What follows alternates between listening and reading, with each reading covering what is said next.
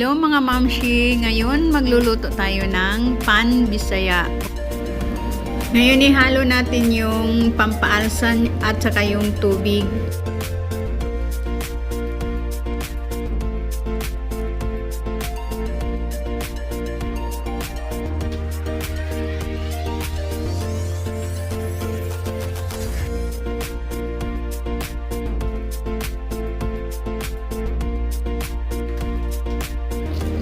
Combine all ingredients and then naglagay ako ng konting baking powder dahil yung yes ko kasi ay hindi masyadong umalsa.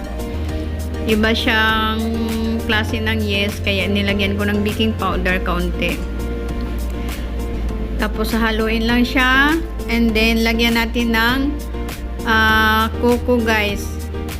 Parang kumakain ka din ng coco bread.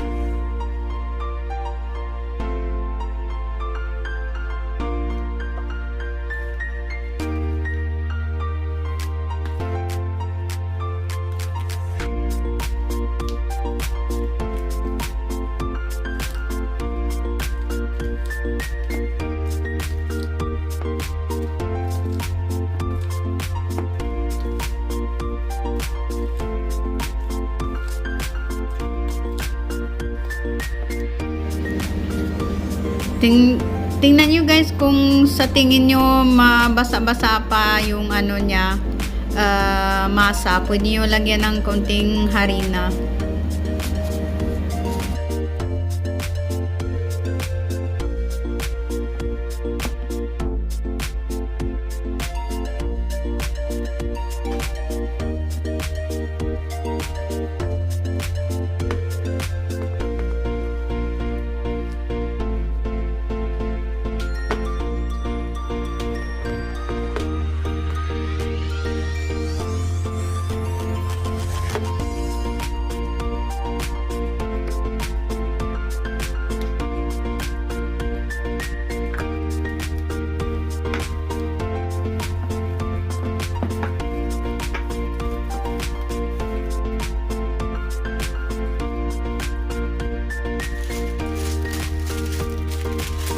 One hour later.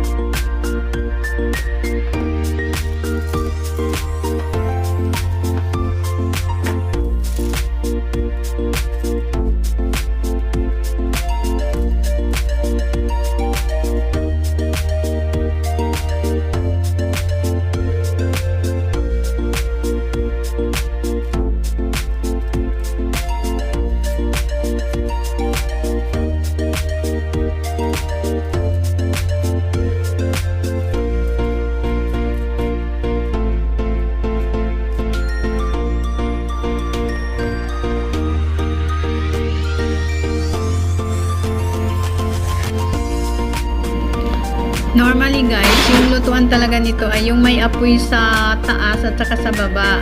Iba yung oven ko dito kaya ayos lang. Ito na yung resulta niya guys, diba? Ang sarap niya.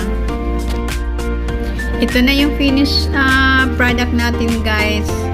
Try nyong gawin sa bahay, masarap ito. At huwag kalimutan mag-subscribe sa channel MyStyle. Salamat!